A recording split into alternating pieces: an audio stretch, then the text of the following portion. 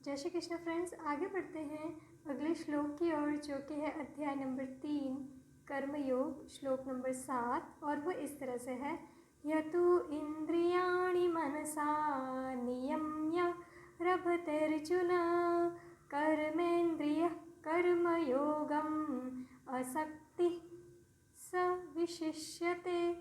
अभी इस श्लोक में श्री कृष्ण, जैसे हमने पिछले वाले श्लोक में देखा, श्री कृष्ण अर्जुन से ये कह रहे थे कि जो व्यक्ति इंद्रियों को सिर्फ दिखावा करता है कि उसकी सारी इंद्रियां उसके वश में है, बल्कि वो मन ही मन में उस इंद्रियों को भोगने का, सुख भोगने का चिंतन करता रहता है, तो उस व्यक्ति को श्री कृष्ण ने मिथ्याचारी या ढोंगी कहा है। बट इस श्लोक में श्री कृष्ण अर्जुन से ये कह रहे हैं कि जो व्यक्ति मन से, सारी दिल से अपनी इंद्रियों को काबू में कर लेता है, तो ऐसा व्यक्ति ही उचित मानना चाहिए। या फिर जो अपनी सारी कर्मेंद्रियों को अपने वश में कर लेता है और फिर कर्म करता है, कर्म योग करता है। कर्म योग का अर्थ यहाँ पे ये है कि भगवान की भक्ति करना, ईश्वर की भक्ति करना और ईश्वर के साथ रहना। तो अभी ये सब कैसे पॉसिबल होगा? जो अपनी 4 जो मेन स्पिरिचुअलिटी के जो पिलर्स है, ज्ञान, ध्यान, धारणा और सेवा। तो ज्ञान में क्या होता है? जो ये श्लोक है उसी को हम याद करें, उसका चिंतन करें, उसका मनन करें और उसको चर्न करते रहे और उससे अच्छी पॉइंट्स निकाल के वो सारी चीज़ें हमारे लाइफ में धारण करें। दूसरी बात है मेडिटेशन।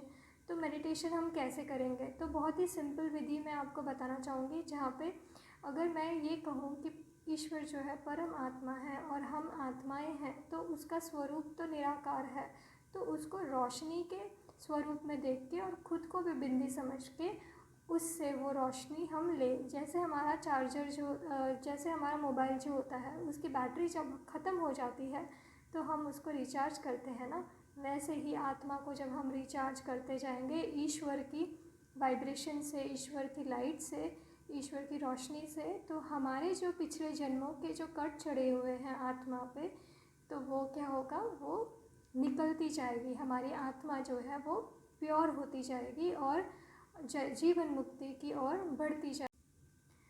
अब धारणा जो होती है, जो अच्छी जो वर्चूज़ हैं, अच्छी जो क्वालिटीज़ हैं हमारे सोल की, जो कि है झूठ नहीं बोलना, चोरी चकारी नहीं करना, किसी का दिल नहीं दुखाना और जो सात्विक भोजन करना। तो ये सारी धारणाएं अगर हम हमारी लाइफ में लेके आए, लविंग काइंडनेस, पीस, हैप्पीनेस, ये सब सारी चीज़ें हम स्प्रेड करें, तो वो भी एक स्ट्रॉन्ग पिलर है स्पिरिचुअलिटी का, जो हमें फॉलो करना चाहिए और जो हमें ईश्वर की तरफ ले जाएगा। और लास्ट जो है वो सेवा। तो अब बहुत से लोग हैं जो पैसों से, अगर सेवा नहीं, पैसे हैं आपके पास तो आप पैसे से सेवा कर सकते हैं, लेकिन जिनके पास पैसे नहीं हैं तो वो क्या करें? तो वो ये कर सकते हैं कि मदर अर्थ, जो पृथ्वी है, उसको हम ब्लेस कर सकते हैं। तो ब्लेस कैसे करें? जो हैप्पीनेस, जॉय, पीस, ये जो सारी सुख शांति की जो वाइब्रेशंस हैं, हम आत्मिक रूप से पृथ्वी को दे सकते हैं। तो पृथ्वी पे तो बहुत सारे जीव हैं, जीव जंतु हैं, फिर पेड़ पहाड़, फिर नदियाँ हैं और समंदर है, समंदर के अंदर भी बहुत सारे जीव होते हैं। तो हम उनको जो है सुख शांति का वाइब्रेशन दे सकते हैं। इस तरह से हम वो सेवा कर सकते हैं। और ज्ञान को बांटने की सेवा भी है, तो हम वो भी कर सकते हैं।